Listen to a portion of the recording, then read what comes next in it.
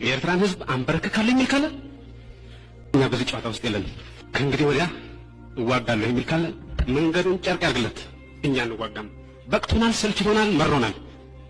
ኤርትራ መሬቷን እንጂ ህዝቧን አንፈልግም የሚለው አሰራር የት እንዳደረሰን እናውቃለን። የት እንደደረሰ ከመሬት ውጪ ህዝብ ከህዝብ ውጪ መሬት የለም፣ ፋይዳ የለውም። የመጨረሻው ሰኔም የህዝቡ ነው ብለን እስከምንደርስ ግን የሰላም አቅጣጫን ተመልክተናል ማለት ነው። እኛ የግድ ሁሉም ሰው የሰላም አቅጣጫ መከተል አለበት ብለን አንል። እኛ ጦርነትን በቴሌቪዥን አይደለም የምናውቀው። እኛ ጦርነትን በወሬ አይደለም የምናውቀው።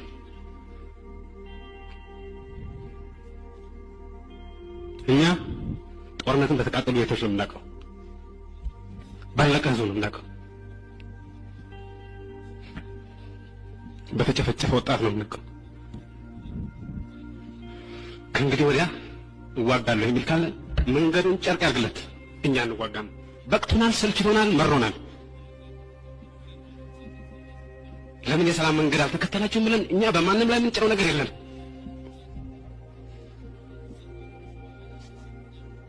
የኤርትራን ህዝብ አንበረክካለሁ የሚል ካለ መንገዱን ጨርቅ ያርግለት። እኛ በዚህ ጨዋታ ውስጥ የለንም።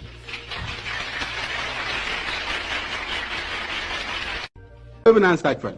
ምኒልክ ከ100 ዓመት በፊት ያልቻሉትን፣ ኃይለ ሥላሴ ለ13 ዓመት አዋክተውን ያልቻሉትን፣ ደርግ ለ17 ዓመት አጫርሶን፣ ወጣቶች ያልቀው ከ50 ዓመት በታች እድሜ ያለው ሰው በሙሉ ዝመት በተባለበት ወደብ የሚባል ነገር ማምጣት እንደማይቻል እያወቃችሁ የህልም እንጀራ ለመመገብ በሞኝ ክንድ የዘንዶ ጉድጓድ ይለካበታል እንደሚባለው እናንተ አንደኛ የኢትዮጵያ ሉዓላዊነት ተሟጋች መስላችሁ ሌላው እየሞተላችሁ ለ100 ዓመት ያልቻልነውን ቀጣይ የ100 ዓመት ጥፋት ለማምጣት የምትዘምቱት ለምንድን ነው?